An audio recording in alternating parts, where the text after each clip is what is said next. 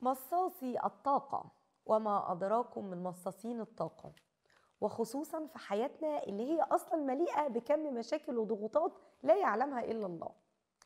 مصاصين الطاقة دول بيستفزوا طاقتنا، بيشعوا طاقة سلبية من كل مكان. كلامهم كله مشاكل، إحباط، عدم رضا. بينقلوا لينا طاقتهم جدا، ولما نكون قاعدين معاهم في اي مكان كده ما شاء الله بنقوم من القعده محبطين وعندنا طاقه سلبيه، ونندم على اللحظه اللي فكرنا نخرج فيها من البيت. الاول تعالي اقولك ازاي تقدري تعرفيهم، مع ان هم ما شاء الله اصلا يعني بيكونوا معروفين يعني مش محتاجين. بس غالبا الناس دول هتلاقيهم دائمين الشكوى من كل حاجه في حياتهم. ولو حصل ده، يعني لو حصل وذكروا نعمة معينة، هتلاقوا دايما كلامهم متحوط بالنعمة دي وبعدها كلمة بس. فمثلا ايه؟ الحمد لله اترقيت في شغلي بس مديري مطلع عيني. الحمد لله ولادي نجحوا بس مطلعين عينيا برضو بالشكل ده. فهتلاقوهم مش بيكملوا يعني إيه ويذكروا جمال الحاجة او النعم للآخر. على طول هتلاقيهم بيطلبوا اهتمام وبيحملوكي مسؤولية عدم الاهتمام ده. ما اتصلتيش ليه؟ انت ما قلتيش، ما عملتيش. فانت تفضلي حاسة طول الوقت ان انت في حالة استجواب. غامضين جدا في حياتهم ومقفلين على حياتهم ودنيتهم جدا، في حين ايه بقى؟ ان هم بيكون عندهم فضول جدا يعرفوا كل حاجة عنك.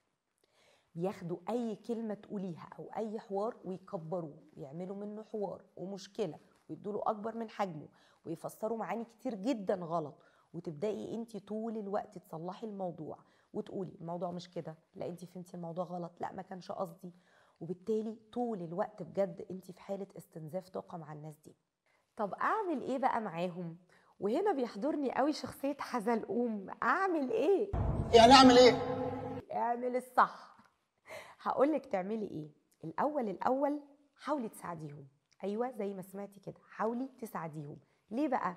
لان في منهم بجد يستاهل المساعده، ولكن مش عارفين يبداوا ازاي. طب هساعدهم ازاي؟ ابداوا اتكلموا معاهم عن استشعار نعم ربنا، وان مفيش حياه مثاليه، وان احنا لازم نكون مصدر عون ومساعده لبعض. ونخلي الوقت اللي بنتقابل فيه وقت علشان نفصل فيه ونتبسط. ومش لازم طول ما احنا قاعدين نقعد نفتكر المشاكل، لان اصلا حياتنا مليانه مشاكل كتير قوي. فنحاول ان احنا نفتكر النعم اللي فيها. لقيتوا مثلا فيديو حلو، مقاله، ابداوا ابعتلهم الحاجات دي علشان يبداوا يتغلبوا على مشاعر دور الضحيه اللي هم عايشين فيه. تاني حاجه بقى، للاسف ان في منهم هو حابب يعيش في دور الضحيه، ومش هينفع معاه اي مساعده طالما هو مش عايز يساعد نفسه. نعمل ايه بقى معاهم؟ نبعد عنهم، وده قولا واحدا ما فيهوش نقاش. في خطوة البعد دي تحديدا أنا عارفة إن في ناس مش هتقدري تبعدي عنهم. ليه؟ لأن في ناس بيكونوا في محيط شغلك أو عيلتك، فالناس دي صعب جدا إن انتي تبعدي عنهم. طب نعمل معاهم إيه؟ الصمت. فعلا الصمت هو الحل. ليه؟ لان انت لو حاولتي تهوني عليهم بان انت تيجي مثلا تسنديهم بمشاعر وبكلمات زي مثلا ايه، احنا كلنا عندنا نفس المشكله، معلش والله احنا كلنا تعبانين، هي هترد عليكي وتقولك لا لا لا لا مش زيي، انا عندي اكتر، انت ما تعرفيش انا عندي ايه.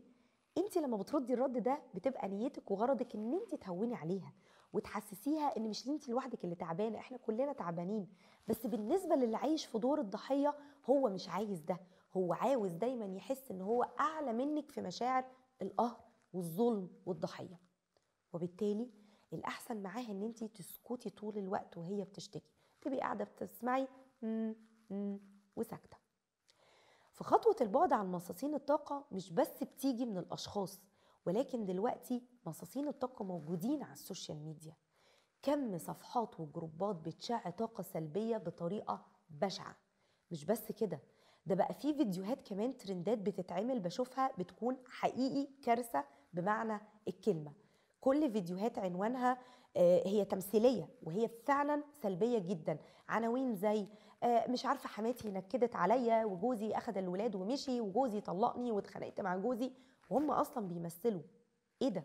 بجد ايه ده؟